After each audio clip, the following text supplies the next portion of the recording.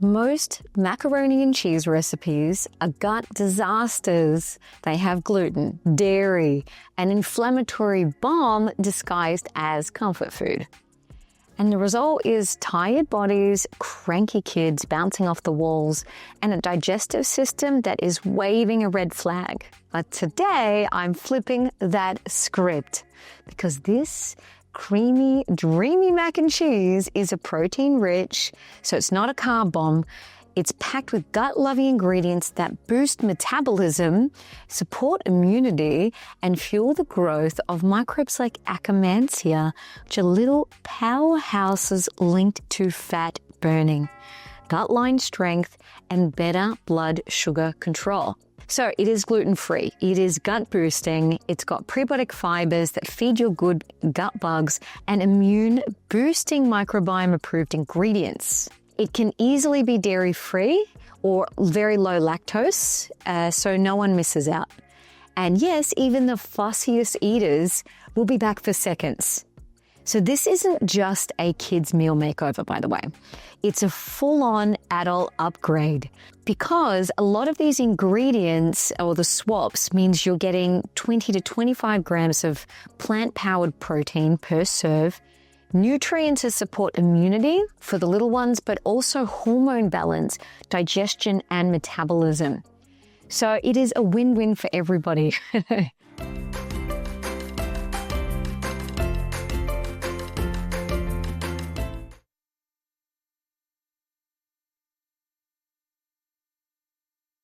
Hi guys, I'm Leilani. I'm a chef, I'm a microbiome nutritionist, and I'm a mum, and I'm here to prove that good gut health doesn't mean boring foods or giving up your family's favorite meals. Now trust me, this is more than just a mac and cheese meal. It is a gut healing comfort food in a bowl. So we're going to start with, you don't have to use all these ingredients, by the way. I'll talk you through some swaps, but there are a couple of ingredients that make this the most gut friendly. And swapping out from, the regular pasta to my favorite pasta, and instead of the inflammatory dairy that's there, I've got something that took me a while to convince myself even to include it. And before you turn off the camera, I'm saying, go and watch my talk on soy. Okay, I'll put the card right here. I've done tons of research to see what soy actually does, what you need, what nutrient you need to make sure that it doesn't affect the thyroid. And I'll go into that in a second. But this is the star of the dairy show because it's so good to make creamy sauces. It is silken tofu. Now, the phytoestrogens in the tofu show to lower certain cancers in a lot of different studies, actually. And even Japan, where they love tofu, it shows that menopausal women have less symptoms and stronger bone growth. And it looks like it's because of the isoflavones that actually bind to the estrogens. You can see here, it's really nice and soft, so that means it's got more water because the soybeans have actually been soaked and curdled, and so that makes it much easier on the gut. So this is a better option for soy than even just the straight soybeans if you want to include some legumes in your diet. Now, this is a really quick meal actually once you've done a couple of things, and I'm going to blend up the sauce. So the first thing is I'm going to put this silken tofu, and you've got to use the silken one, not the firm. By the way, on the label, and I go into the talks because I've got one on the essentials of soy and then all the different soy products, but essentially you want to go for an organic or a non-GMO, but I cover all that in that talk, so I won't cover it here. So you're going to drain it and put it in there. This is smashed apart. I got to wash my hand. Doesn't really matter because it's getting all smashed up.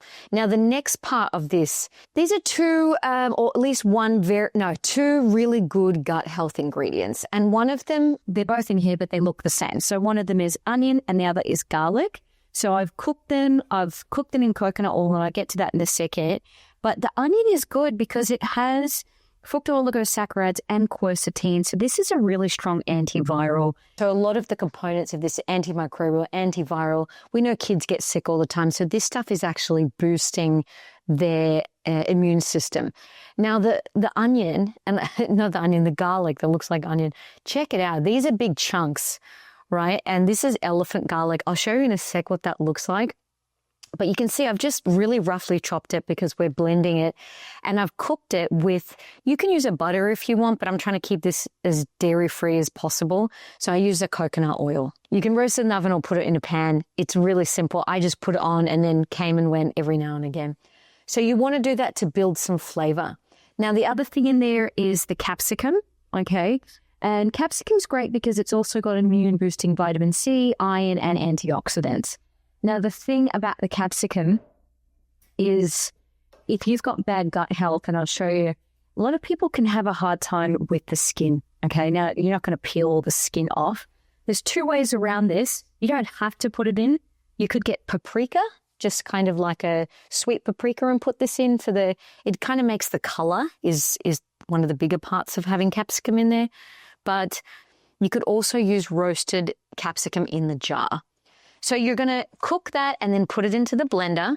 Now I want to show you elephant garlic because this recipe, you don't have to use real garlic, although I do recommend it because it has stronger antiviral components to it. But this is elephant garlic. Look how big it is. It's huge.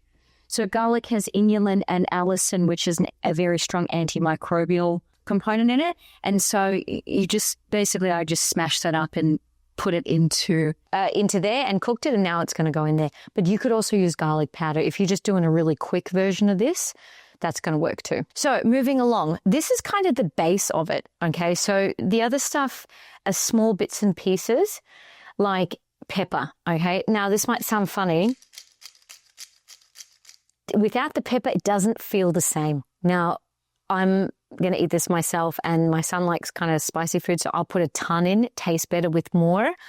But of course, depending on the level of your kids, you could have minimal, but I do recommend a little bit. And there's a reason for that is we're going to put in turmeric. Turmeric and black pepper work really well together. So the turmeric, the curcumin, look how beautiful this is, works better with black pepper. And the turmeric has, the curcumin in it, which is the active compound, lowers gut inflammation, and it improves mood. So I know, like turmeric's something I try to get into things, but I don't often do it. But it is very, very powerful. So I want to know at home, what do you put your turmeric in? I used to get the fresh stuff, and then it stained constantly. So I stopped using it because was causing too many issues, and now I've gone back to the dried stuff. And also back on the tofu, I'd love to know what you use tofu for. I'm always trying to bring in more recipes. Now that I know the benefits of soy, I'm switching to soy milk and all those things.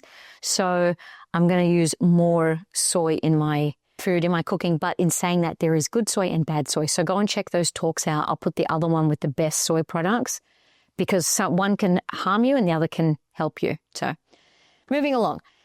Mustard. Did you know mustard is a fermented food? Okay. Dijon mustard particularly, but most mustards are. And it actually helps with liver detox. It stimulates metabolism because of the spice compounds in it.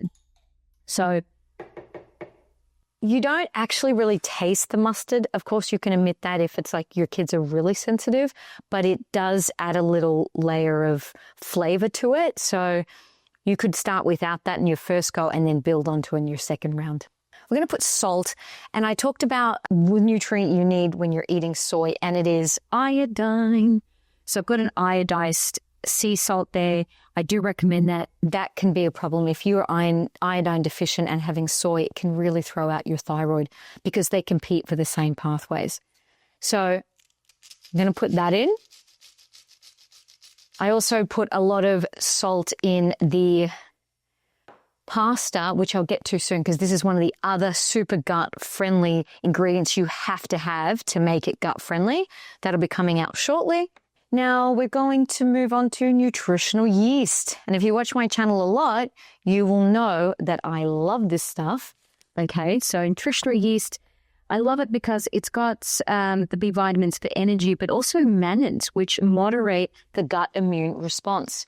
And here we're all about immune, right? Because I'm trying to create a dish that is not only gut healthy and feeds the good gut bugs, which all these ingredients do. I don't know if I mentioned actually, but the onion has fructooligosaccharides in it and inulin. So these feed up bifidobacteria, lactobacillus, really dominant species that need food, particularly if you can't handle legumes, which I'll get into that in a sec. But we're going to pour some of that in there. This is actually used as a bit of a dairy substitute. So if you're not using dairy in this, you can use this, and it tastes very similar to Parmesan cheese. So it's got high amounts of certain B vitamins in it. It is essentially a supplement, so you've got to be a little bit mindful of having too much of it, but it's really, really good for you. I'm going to blend this up in a sec. I'm going to add lemon, but I'll add that later because of the vitamin C. I want to keep the vitamin C. Actually, I'm going to add it now, mainly because I don't want to forget. If you leave it to the end, it'll have more vitamin C in it because vitamin C breaks down with heat. But vitamin C is really good for immune system. Okay, now this doesn't have a lot of fat in it, right? Tofu doesn't, the legumes, the pasta doesn't, all the other ingredients don't. So you want to add some kind of fat to it. And when I cooked the capsicum and the onion, I added a good amount of coconut oil. Now I use coconut oil because it's dairy-free, but also because it's got lauric acid, which is phenomenal as an antimicrobial, antifungal, and antiviral. So that means like helping prevent viruses, bacterial infections. Some bacteria is good, only some is good, some is bad. If you want to know all about the gut health essentials, I'll put the talk here so you can go and check out what that really means. But coconut oil is a good all-round oil. If you are using dairy, you can put in a little bit of butter, or extra virgin olive oil is an option. Not too much though, because it is quite strong in flavor. And it's just to kind of help absorb the good nutrients and keep it a bit balanced. So I'm going to blend that up and I will be right back. Okay, so welcome back. You can see that it actually resembles the mac and cheese sauce. Partly to do with turmeric, which adds the color. It's a little bit darker red than last time when I made this because I added more capsicum. So probably half the amount of capsicum, I just thought I'd put the whole thing in, but it's gone a little bit more red than I would have liked, but that's the only reason. Otherwise, it does really look the part.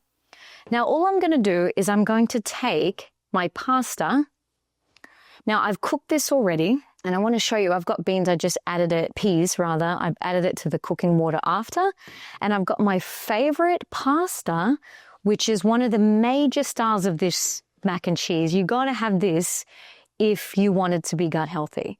Now, I'm not sponsored by this brand, by the way, but I love them. And I have a whole talk on best pastas for gut health. I'll put it there. But essentially, this is a red lentil. It's not necessarily this brand. You can get any legume-based pasta, chickpea, red lentils, borderly. They're a mix of it. You look on the ingredients and all it says is red lentil flour. It's incredible. The thing is, you can't have it cold. It's got to be hot. It doesn't have the same chew when it's cold. And if you do react to beans in general and you get bloating, start small, okay? So start smaller doses of this dish so you don't get that kind of gas while you're building up your microbiome. But on the topic of beans, if you feel like your gut is off and you're having healthy foods like legumes, then I have a gut health course that goes into how to improve your gut health, a gut health reset protocol, plus the ingredients and how to get them into your diet with meal plans and shopping lists, all the things you need to know for gut health. So I'll put the links below. So what I'm going to do is mix these two together, heat them up, and I'll be right back. Okay, so while that's heating up, because I've pre-cooked the pasta, I drained it. Because it's made of beans, I washed it, and then you'd add it to a pan and then or a pot rather, and put the sauce on top and just heat it through. I added peas to that just because kids love peas. You can add mushrooms or tomatoes or chicken, whatever. If you're an adult, it could be a bit different, zucchini, but just with the kids, I kept with peas. These are frozen organic peas. And what I love about peas is they've also got the gut healthy prebiotic fibers in them. So this is kind of an added gut healthy addition, but it's really subtle. It's not in your face like a garlic clove would be, for example. I do recommend if you can handle dairy a little bit, and dairy is a complicated thing, okay? So this is the best kind of dairy to put in this. It is a mac and cheese. So if you don't put any dairy, it's not going to be the same thing. But if you wanted to add a low lactose, or it's actually basically a no lactose version, because aged cheese, so it looks like this, the fermentation makes it easier to digest, and it actually supports bone strength because of the calcium and phosphorus in it. And I've grated it up. It doesn't need very much because it's Parmesan. This is the real stuff, right? This is actually Grana Padano, but you could get Parmigiano Reggiano or Pecorino. Okay, they're all aged Italian varieties. Dairy is one of the best things you can spend your money on. So good quality cheese versus cheap cheese will make a big difference to metabolism and hormones, and also just brain, because of when it goes through the gut and the body has to detoxify it, so does the brain. So with this, I would recommend that you add either a little bit of butter if you can handle that, or this kind of cheese like a Parmesan. It just creates that creamy cheesiness that you can't quite get even just with nutritional yeast.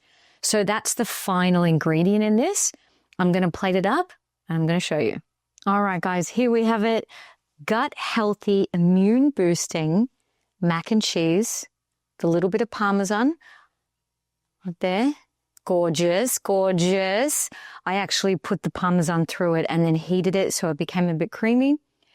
Try it out at home. Let me know what your kids think, what you think, what your husband thinks. And let me know in the comments below if there is a recipe you would like me to turn to be gut healthy. Until next time, love your guts.